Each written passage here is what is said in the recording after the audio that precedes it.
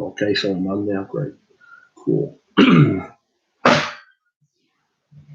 Hello, everybody. If you can see my face that well, my name is Paul Drennan, and I am a 38-year-old man from Australia, and I am here to talk about my battles with depression and how I hope and pray and do firmly believe there is a silver lining at the end of the tunnel. It's taken me a very long time. I've been dealing with depression for a very long time, and anxiety and self-doubt and the whole anything negative. It seems to have just come my way. But I also believe that there has to be a silver lining to the end. At the end of it all. Not so much the end of life, but the end of all the crap. There needs to be something good. Because even if you have depression and anxiety, there has to be. Life can't be all that bad. I mean, we weren't put on this earth to be unhappy or sad, to be unhappy and sad all the time and things like that. As you can tell, I didn't really prepare a speech, but what I have been doing lately is, and I don't know whether this will go viral or not.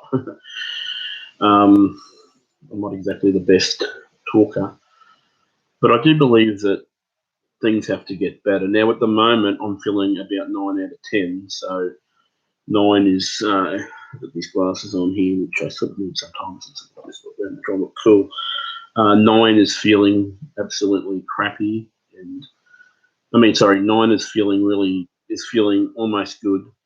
1 is feeling terrible. 9 out of 10, so I'm feeling like I'm almost there. I'm feeling, say, 90% good and maybe 10% crap. And that's the way it's been for a long time. Now, the story of how I got depressed is probably something which I'll never know the reason for. When I was, I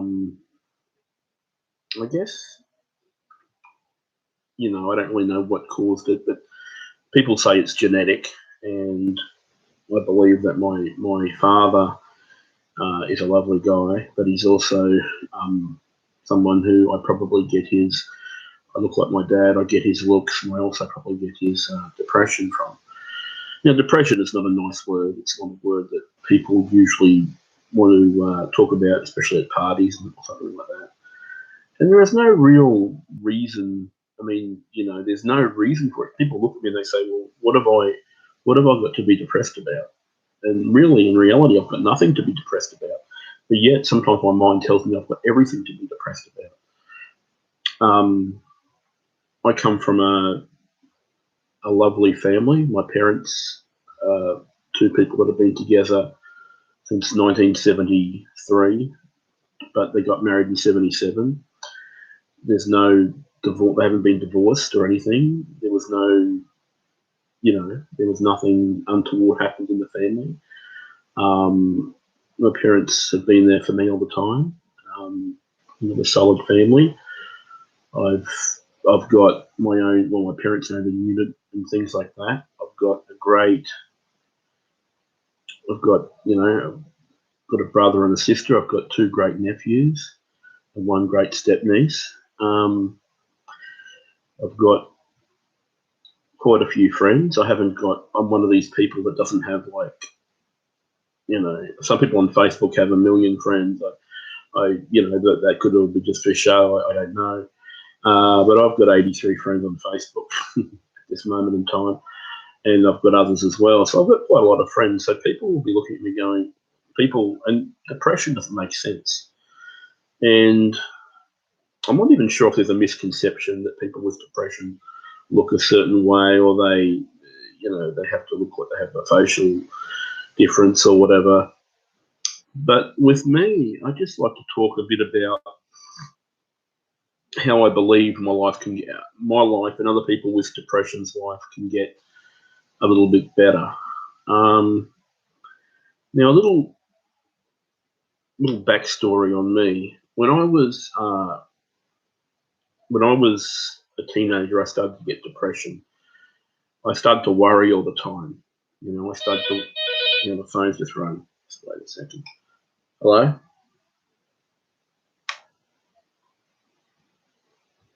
Yeah, okay. Broadband.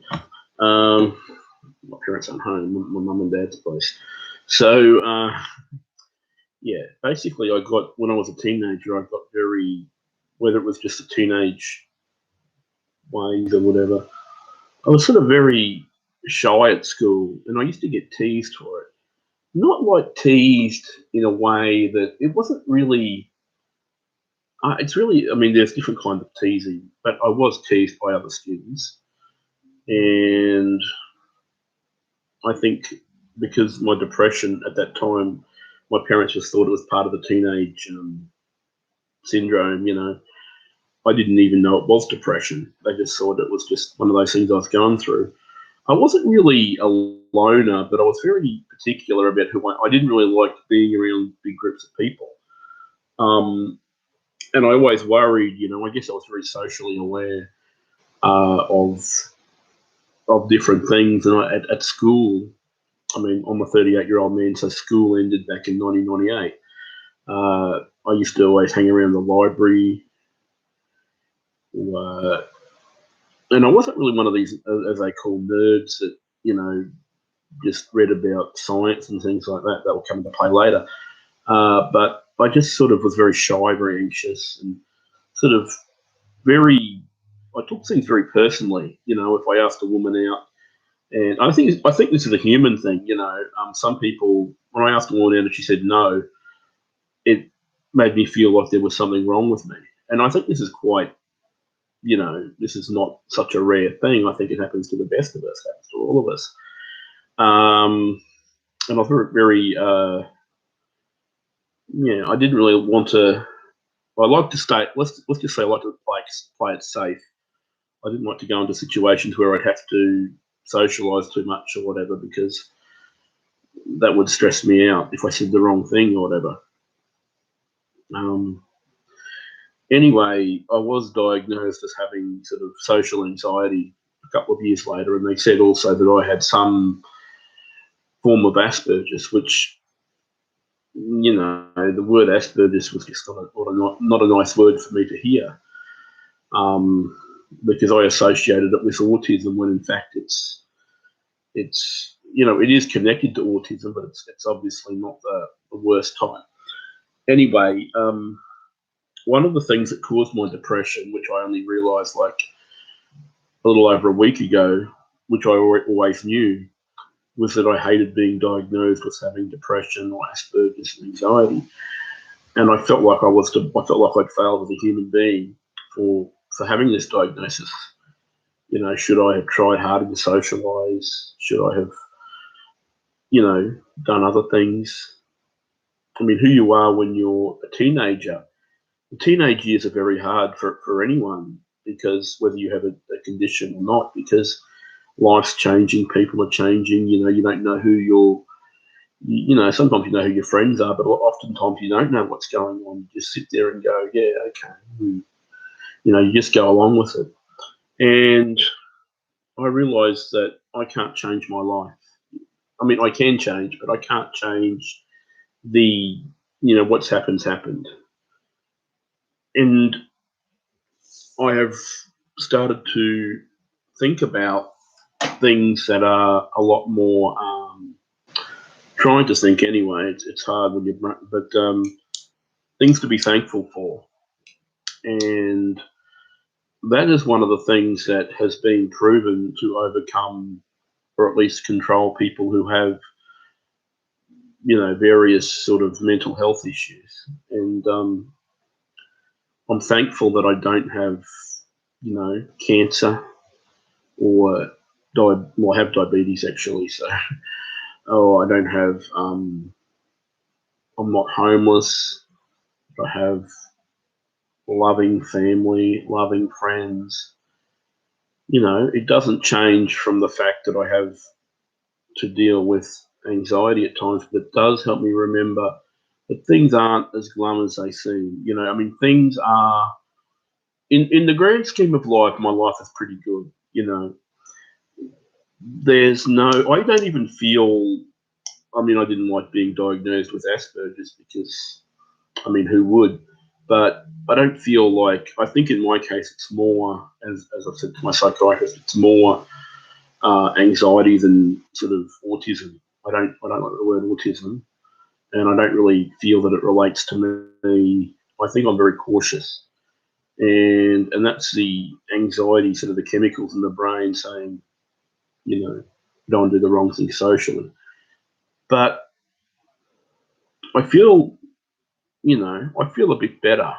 I mean, it is a long road and everything, and it's very hard. I mean, it's something that someone even suggested that I had bipolar, which certainly some of my anxiety is a little bit like bipolar, but it hasn't been diagnosed as that.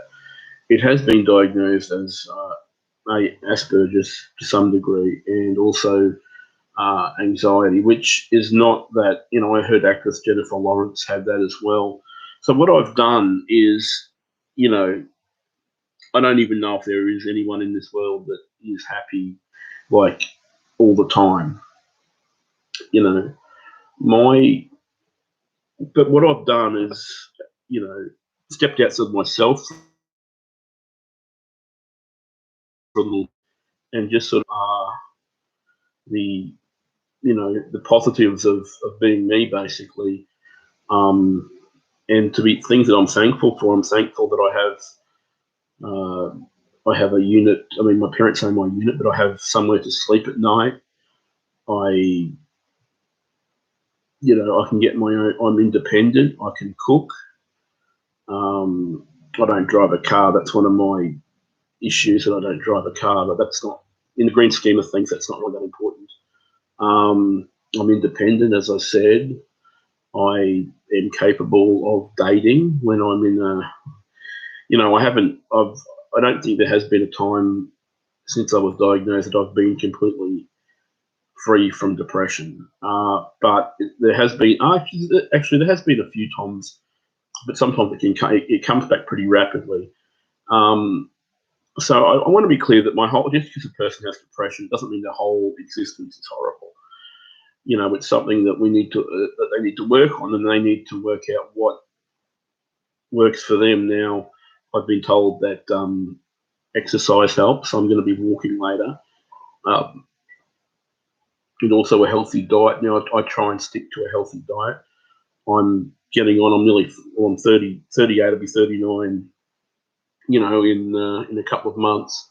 So I can't really stop the old facial facial fat as such.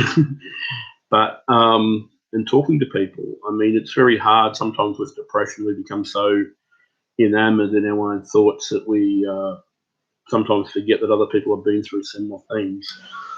And I'm writing, and I believe in the Lord, which is definitely a big help as well. So I've been writing down I've been just thinking and writing down things that I'm grateful for. The fact that I have two amazing parents. Well, probably everyone does anyway. So, that my parents are still together. That I have a great family. That my friends who, although they don't go through the same sort of, they may not have the same sort of anxiety that I get. They know it's not really me. And I'm just very thankful for everything. And I've started to write down, think of something. I mean, it's sort of very, when you live by yourself like I do, it's very easy to get stuck in the realm of, me, poor me. Not so much poor me, but, it's, I don't have a housemate or someone to talk to. But then you sort of read on the internet about people that have overcome these things. And you sort of sometimes realize that despite the fact that I hate the whole Asperger's thing because it's just terrible, there are people, and I've met even women's gorgeous woman that I know. I won't mention her name, but she doesn't drive either. And people, and it's not so, and even the person that said that I had ASD has said that it is amongst the highest functioning type of autism, and that it can be controlled with exercise. And by thinking properly. I mean, it's properly is such a weird word, because what does properly mean? But just sort of writing down things that you're happy about. I'm happy about the fact that I'm alive, that I haven't got any life-threatening. I mean, depression is not good, but I believe that there has to be a light at the end of the tunnel. And just the fact that I've done stand-up comedy, so I consider myself to be quirky, and just a whole lot of things. So it's baby steps, as they say, but it's just just a matter of writing down what the individual person feels is germane to their situation, and just basically try to think about those things. I mean, I can't, obviously we can't change our life circumstances, and I think anyone who thinks that people with mental health do it for just are attention seekers, these people are complete idiots, because nobody wants this.